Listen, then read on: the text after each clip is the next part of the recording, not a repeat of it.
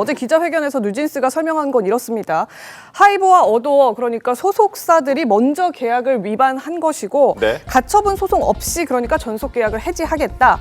위약금도 낼 이유가 없다. 이름도 뉴진스 그대로 쓰겠다. 이런 입장을 요약하면 밝혔는데 저희가 지금 여기서 제일 궁금하게 여기는 것은 지금 위약금. 평론가님도 말씀하셨지만 이 위약금을 낼 필요가 없는 것. 일반적으로 걸그룹에서 그 계약을 해지하겠다라고 먼저 통보를 사실상 소속사에 했는데 지금 그 뉴진스 같은 경우에는 이 계약 해지에 대한 가처분 소송도 하지 않을 거고 위약금도 낼 필요가 없다 이렇게 주장을 하고 있는 거거든요.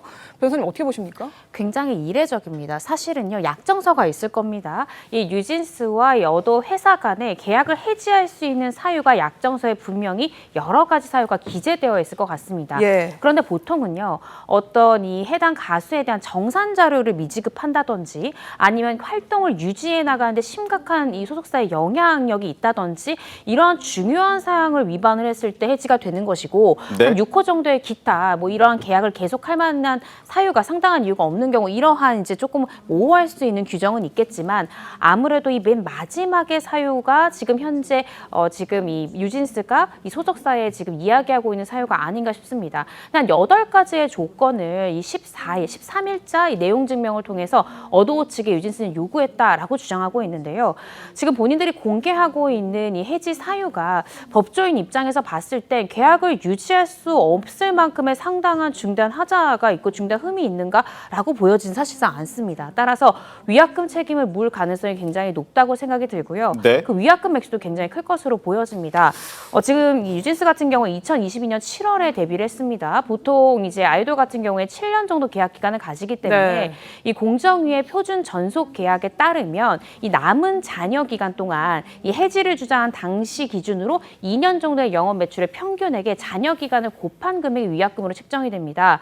근데 작년만 하더라도 뉴진스의 영업 이익이요 1,100억 원에 달하기 때문에 앞으로 이제 위약금 소송이 될 경우 적게는 4,500억 원에서 많게는 6천억 원까지의 위약금을 물 가능성이 있다라는 보도들이 나오고 있습니다. 4천억 원에서 6천억 원의 위약금이 네. 발생할 수 있는데 지금 뉴진스는 그 위약금을 낼 필요가 없다라고 주장하고 있습니다. 어찌됐든 6천억이라는 돈 굉장히 큰 돈이고 그만큼 뉴진스가 창출할 수 있는 금액이 크다, 부가가치가 크다라고 볼 수 있는데 어떻게 계산해서 6천억이 나오는 건가요? 이 6천억 같은 경우에는요, 그 보통 이제 2022년에 계약을 시작해서 2029년에 끝나잖아요. 근데 네. 지난 2년 동안에 그 뉴진스가 얼마만큼의 수익을 벌어들였는지를 정산하는 거예요. 네. 그러니까 예를 들어서 한 달에 멤버 한 명당 20억씩 벌고 있거든요. 지금 현재 한 달에 20억씩 1인당 벌고 있다는 네, 거죠? 그래서 곱하기 나머지 5명을 하자면 그 정도의 숫자가 나온다고 예측을 하는 거고요. 한 달에 100억씩 버는 거네요. 뉴진스로. 그런 매출액으로 네네, 매출액으로 그렇게 그렇게 봤을 때 그 앞으로 지금 남은 게 5년이잖아요. 네. 5년에 이 지난 2년 동안 벌어들인 수익을 했을 때 아하. 그렇게 나오는 건데요. 1년에 1,200억 네. 곱하기 5하면 네. 6천억이 나온다는 네, 계산인 거죠. 그런 계산인데요.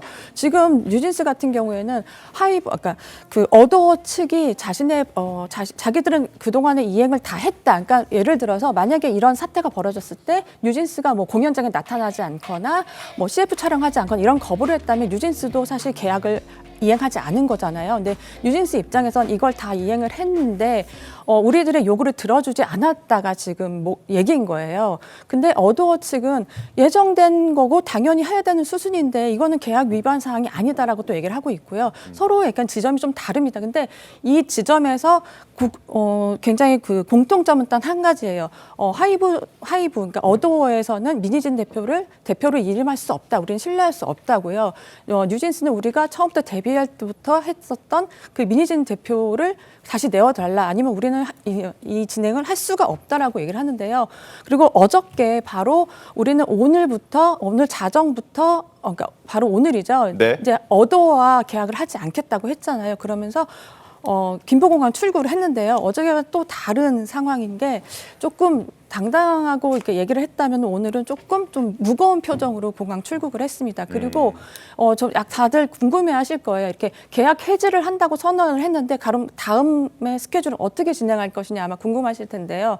다음에 스케줄은 약간 어두워지게도 문의를 해봤습니다. 그랬더니 네. 이미 예정된 스케줄은 유진스도 진행을 한다고 했고 어두워도 네. 이미 충분히 한다고 했으니 지금 기존의 스태프와 그리고 매니저가 지금 같이 스케줄을 진행하고 있다고 합니다.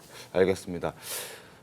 한 달에 1인당 20억씩 벌고 있고 그리고 5명이니까 한 달에 100억씩 매출을 내고 네. 있고요. 1년이면 1,200억의 매출을 내고 그래서 5년 동안 계약 기간이 남은 5년을 곱하면 이제 6천억이 매출이 발생할 수 있기 때문에 그만큼의 위약금이 발생한다라는 얘기인데 한 사람당 20억 매달 번다는 거 쉬운 일 아닌 이렇게까지 매출 창출이 가능한 거군요. 뭐 유진스는 뭐 전 세계로부터 사랑을 받는 걸그룹이다 보니까요. 아마 네.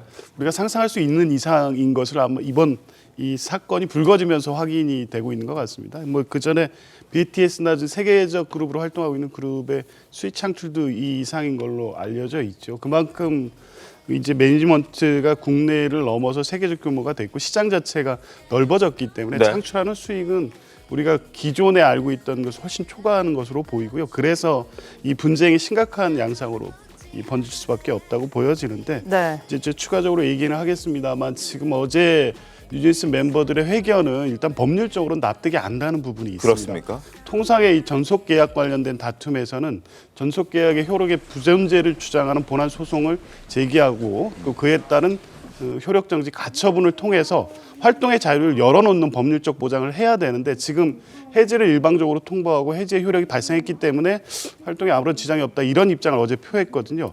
이게 법률적 효력이 있을지 여부에 대한 충분한 검토가 있었는지는 한번 추가적인 대응을 봐야 될 것 같습니다. 네, 이 효력 문제 얘기인데 지금 아까 말씀 주셨지만 네. 그 위약금 문제가 그러니까 위약금이 발생하지 않게 되려면 적정한 계약 위반 사유가 무엇인지가 일단 증명이 되어야 위약금을 내냐 마냐를 다툴 수 있을 것 같거든요. 지금 얘기 나오고 있는 계약 위반 사항 어떤 것들입니까? 여러 가지가 있는데요. 지금 한 8가지를 요구했다. 네. 해당 내용 증명을 통해서 요구했다라고 유진스는 주장하고 있습니다. 그 중에 이제 몇 가지만 소개해드리면 민희진 대표가 복귀했으면 좋겠다. 예전처럼 우리의 음악을 프로듀싱하고 대표의 복귀를 원하고 또 그 한희 씨 관련해가지고 이제 이런 무례한 행동에 대한 뭐 직접적 사과를 요구하기도 네. 했고요. 또 이제 음반 밀어내기 이런 부분에 대해서 인정하고 이런 부분에 대해서 사과를 요구했고요. 여러 가지 요구한 사항들이 있긴 합니다. 그런데 제 생각에는 유진 씨도 뒤에서 법률적 조력을 받기 때문에 이게 계약 해지의 사유가 되지 않는다는 걸 알아서 우리 가처분 신청은 별도로 하지 않겠습니다라고 기자회견 서두에 얘기한 것이 신청을 하더라도 인용될 가능성이 굉장히 낮기 때문에 이런 이야기를 한 것이 아닌가 싶고요.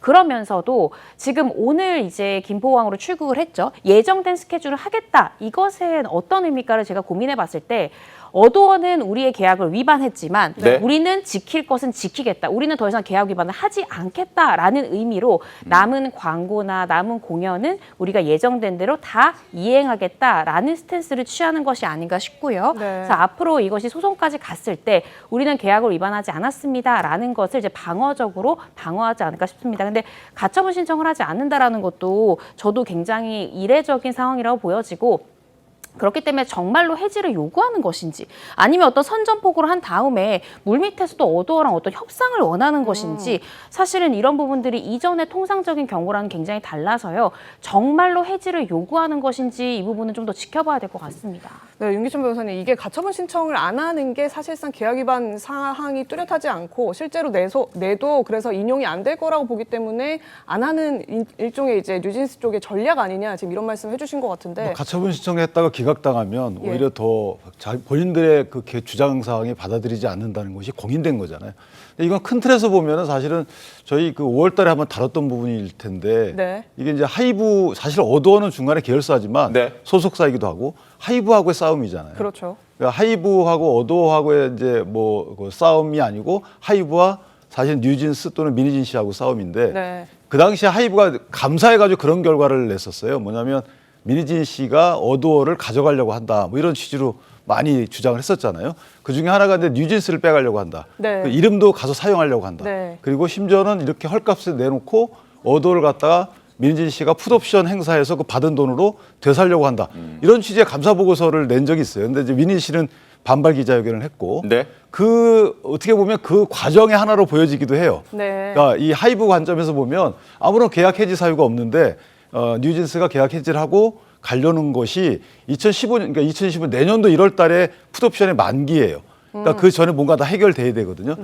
그러니까 하이브 입장에서 보면 그런 오해를 할 수가 있는 어떤 사안 중에 하나인 것이고 그다음에 뉴진스 이름도 포함되어 있지만 어쨌든 뉴진스 입장에서 보면 지금 이렇게 나감으로써 어떤 여론의 관심을 받잖아요. 그렇게 되면 하이브나 어도어 입장에서도 합의를 안 할 수가 없을 수 있죠. 그러니까 합의를 해 가는 거죠. 이름의 사용권이나 저게 뭐 손해배상의 액수나 여부나 이런 것들과 관련돼서 여론의 힘을 얻어서 합의를 추동하려고 하는 것이 아닌가라는 생각도 들 수 있는 대목이죠. 근데 민희진 씨가 지난 3월에 기자회견 기자회견 세게 했었어요. 하면서 맞습니다. 이제 얘기를 했는데 그때 별로 합의 안 됐던 것 같은데 그렇지 않나요? 여러 가지 논란들이 있었죠. 예. 그래서 저희가 또 그때 당시 민희진 씨의 목소리를 제가 준비를 했습니다. 한번 보고 이야기를 이어가겠습니다.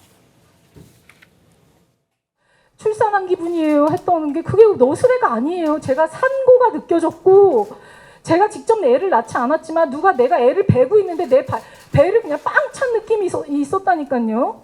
아니 이 아저씨들이 미안하지만 개저씨들이 나 하나 죽이겠다고 내가 뉴진스 애들이 예뻐하는 걸 연습생 애들이 예뻐해서 못 버릴 걸 아니까 그걸로 나한테 흥정을 했잖아. 제가 그냥 이게 약간 이 업을 하잖아. 욕이 안 나올 수가 없어.